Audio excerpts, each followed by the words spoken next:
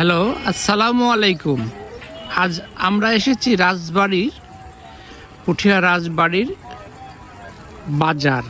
বাজারের পাশে, মাছপট্টির পাশেই এই যে রাজার সেই বিখ্যাত এশিয়া মহাদেশের বৃহত্তম শিবশিলা শিব মন্দিরের পাশেই শিব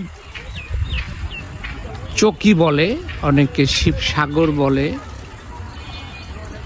যেটা বোঝাতে চাচ্ছি যে শিবসাগরের পাশেই একজন রাজার আমলের ঘাট, অর্থাৎ দিঘির ঘাট নষ্ট করে দিয়ে দেখেন কিভাবে তারা এই যে ঘাটের সঙ্গে ঘাট ভেঙে ফেলে দিয়ে রীতিমতো একটা ভবন করছে।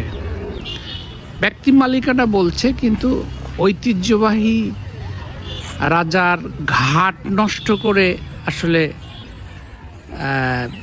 ভবন নির্মাণ করা হয় না বা করার ঠিক না। প্রত্নতাত্ত্বিক নিদর্শন অনুযায়ী পুঠিয়াতে অনেক জায়গাতেই প্রত্নতত্ত্ব অগোছালোভাবে পড়ে আছে যে ঘাটগুলো সংস্কার করা হবে। ইতিমধ্যে এই ঘাটটা নষ্ট করে দেয়া হয়েছে, এই ঘাটের কোনো অস্তিত্ব নাই।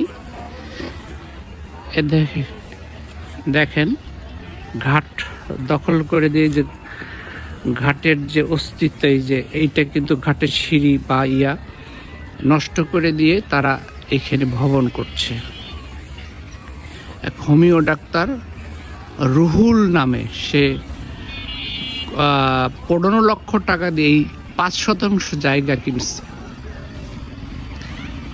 এই ঘাটটা নষ্ট, দখল হয়ে গেছে, এই যে তার রেখে দিয়েছে। কিন্তু পরবর্তী দেখা যাচ্ছে যে